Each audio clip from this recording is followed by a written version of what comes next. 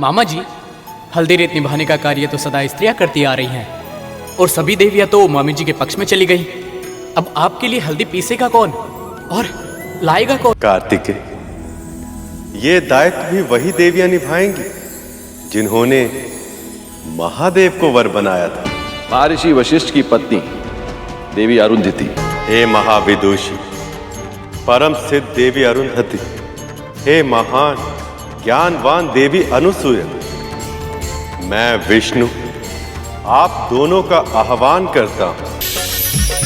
इससे पहले कि विवाह समाप्त हो जाए, इससे पहले कि देवताओं को हमारी योजना की भनक लग जाए, हमें ये मंथन स्वयं पूरा करना होगा। उन्होंने जानबूझकर मंथन के कार्य को अधिक कठिन बनाकर प्रस्तुत किया। यदि यह सत्य न होता तो क्या संभव था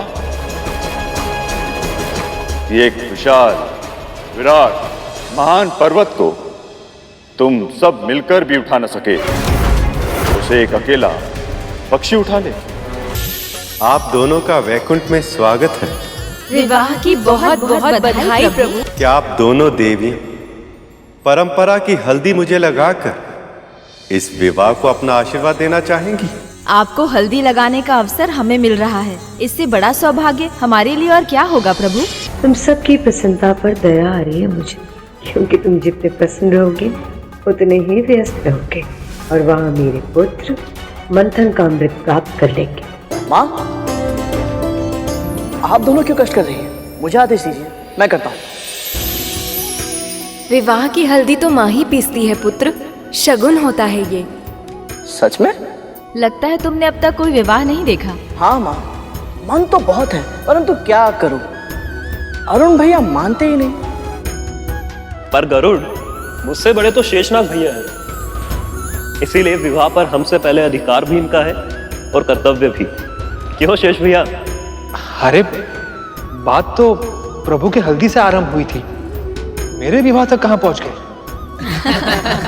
तो फिर हम क्या करें गुरुदेव?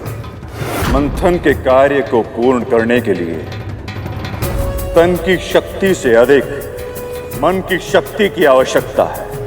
अपनी इच्छा शक्ति की सीमा को इतना बढ़ाना होगा कि वो शारीरिक ऊर्जा के तौर पर बदल जाए। परंतु एक बात का ध्यान रखना, इंद्र या अन्य किसी देवता को इस योजना की भनक तक न लगने पाए।